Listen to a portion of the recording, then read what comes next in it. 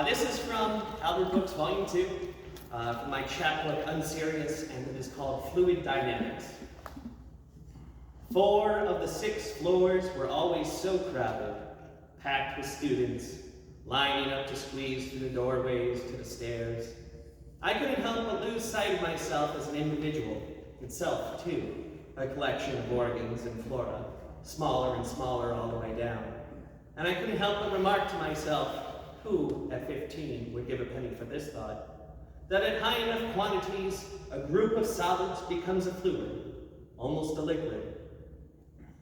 Consider the following: grains of sand, ebbing, flowing, elbowing past through the rat race in the hourglass, each one on its own, just like an oxygen atom, with its little pair of hydrogen backpacks, sloshing from one class to the next.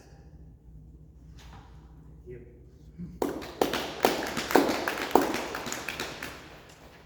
I haven't really thought ahead about what I'm going to read tonight, which is fine, because we got plenty of time.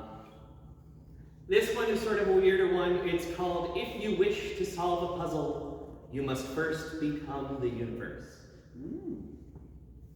In order to give, pick up, use, open, talk to, push, close, look at, pull, there must be something to give, pick up, use, open, talk to, push, close, look at, pull. Upon, there must be something rather than nothing. And if there is something rather than nothing, then that something must come from somewhere. And if you look for that somewhere and it is nowhere to be found, then there is nowhere else to look than within. Open up your heart and mind and pull from your resolve from where it is buried. Pull it as hard as you can and open. The book upon which history is written, open. The tome of eternity and look at. The places where time and spaces are inscribed, look at. The present and the past and the future of the past and the past of the future, push. The past future into the past of the future and the future into the future of the future, and close. The book now is you, body and soul, split times atoms into smaller and smaller and smaller particles, spanning and spawning at every point from beginning to end of the electric stream of existence, close. The gap between them, pull. The stream, stretch, taut, tighten the strings, tighten, tune. The note that this creation plays, give. Of yourself until it is real, give. The past to future, give. The future a past, give. The present to death himself, look at. What you have created, look at. What you have become, fondly regard creation. Fondly regard creation. Fondly regard creation. The puzzle is ready to solve. Woo!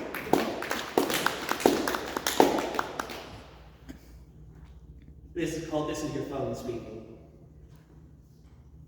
I tried talking to you yesterday, and I haven't heard from you, so I just wanted to check in. Do you remember that one woman you almost dated? And when you kissed, how your synapses crackled, sent silver shocks surging through circulation, circumnavigated sin circumscribed on your soul?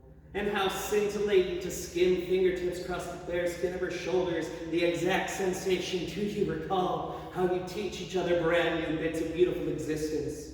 And remember her children, so fond of you, how she could call crying about the crises the 3 of them faced, and you remember the family you could have had, the family she said she was dying to give you, if you had ignored that nagging voice deep within that said you'd ruin this. You'd take this good and fragile thing and crush it gently underfoot, like that robin's egg you found on the ground when you were 5. As so perfect and so round and so blue as Crayola had promised you. And you shattered it into shards and goo without even trying that hard, and you could not undo. Nothing can make the mistake untrue. Do you remember her? Just checking. Because I know if you make it through this week, you'll drive that 400-mile street and begin anew. But I thought that you would want to know. She posted on her Snapchat story last night, and you still haven't looked at it. So I figured I'd send you a note and a tone in case you wanted to feed your memories to the slavery maw of engagement.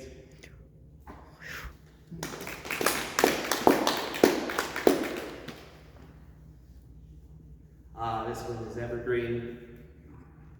It's called Doom Scroll. I log online and I see the news, and there's so much suffering. There's so much suffering. There's so much suffering. There's so much suffering. How could anything else matter? How could anyone else matter? How could I matter even at all?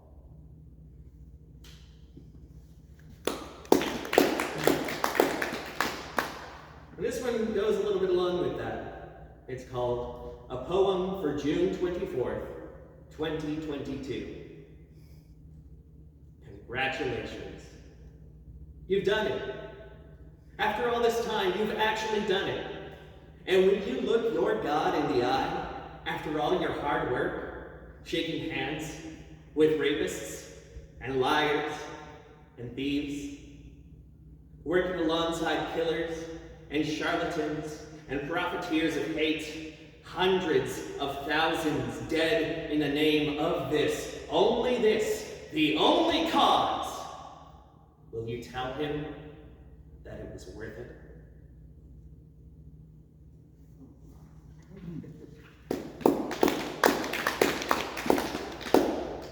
This one is not about that sort of thing. This is about a painting and seeing it in the Chicago Art Museum. It's called Nighthawks. At 5 feet wide and almost 3 high, I'm not sure anything could prepare me for seeing it in person. You know who and her mother begged me to move to the next room. They have sunflowers and starry nights to see. But me, I could stand here, peer into this street corner safe house for the rest of my life. And when I finally find the door out of frame and step into the diner and share a coffee with the other birds in the nest, less threatened than I was, though at the time even I might not agree. The guidebook decrees there are no exits in seeing, and yet I could swear I would finally be free. I'm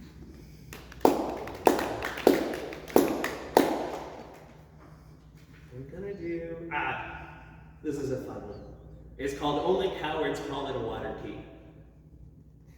So I was reading this book on how to make a podcast, and because there was a lot of background noise, I put on my headphones, and since I can't read while music with words is playing, I decided to listen to my favorite jazz album, probably everyone else's favorite jazz album too, at least for people who like jazz but aren't so up their own butts about the whole thing, which is to say, Kinda Blue by Miles Davis. So it gets to my favorite track, All Blues, which on the vinyl record is the first track on side B. In fact, it is actually almost the entirety of side B because it is 11 freaking minutes long. And no, to be honest, I wasn't listening to the vinyl today. It was just the album rep on my phone from when I copied it from the CD back in high school, back when I still played trumpet in jazz bands, which really is the whole reason why I started listening to this stuff. And anyway, there's this part in All Blues that I just absolutely love. I'm not talking about the breezy saxophone harmonies, though of course those are great, or that bass line that's all over and over again.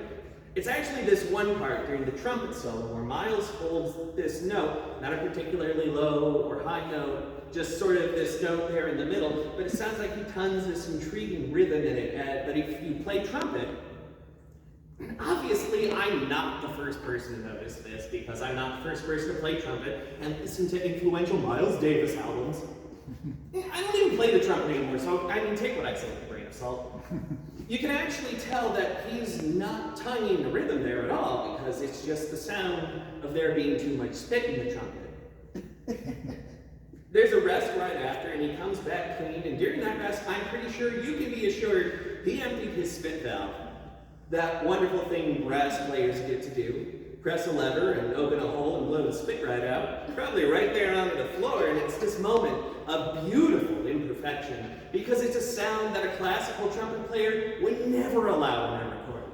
It's gross if you know it's up, and it's even nastier if you see it live. And every day someone plays a brass instrument, you need to understand that several times during that day they will open up a small hole on their beautiful shining instrument and blow spit right out of it. And it's perfect. It's this perfect moment in the recording And I think if they had chopped it out somehow, like they probably would if they were making it today, they probably would have missed this deeply intriguing rhythm caused by this completely disgusting thing, and the nastiness of it all only makes it more beautiful. And again, I know I'm probably not the first person to say this, certainly not the first person to say this about stuff in general, but I think there's something there about the nature of art and the tension between perfection and reality and blah, blah, blah. Just listen, okay? Just listen to 11 minutes of the best recording in jazz history and know that the floor looked truly wretched after it. And that you can hear the moment where there's just too much spit in the horn, and you remind yourself that that's jazz, motherfucker! And if that isn't art, then I don't want your goddamn article. Woo!